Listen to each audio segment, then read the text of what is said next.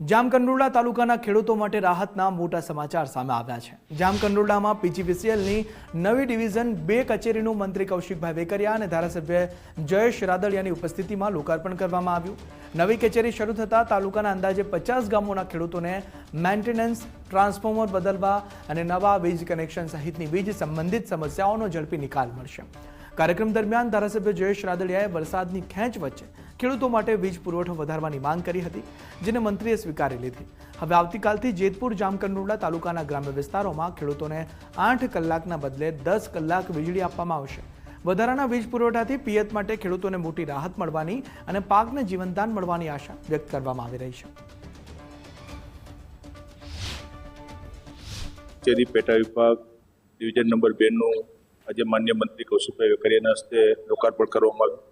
જામકંડોરણા તાલુકો માત્ર ખેતી આધારિત તાલુકો છે। 50 ગામડા આ તાલુકા સાથે જોડાયેલા છે। એક ડિવિઝન હોવાથી અનેક મુશ્કેલીઓ ખેડૂતોને પડતી હતી।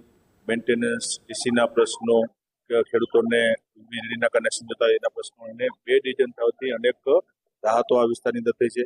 એ ડિવિઝન જુદું પડ્યા બાદ આજે નવી ઓફિસનું આજે લોકાર્પણ આજે માન્ય મંત્રી કૌશિકભાઈ વેકરિયા જામકંડોરણા બધા હતા, એમના હસ્તે લોકાર્પણ કરવામાં આવ્યું। અને 2 ડિવિઝનથી અનેકવિધ સ્ટાફ પણ ડબલ થયો છે અને મેન્ટેનન્સના પ્રશ્નથી લઈને ખેડૂતોને આગામી દિવસોમાં ફાયદો થશે।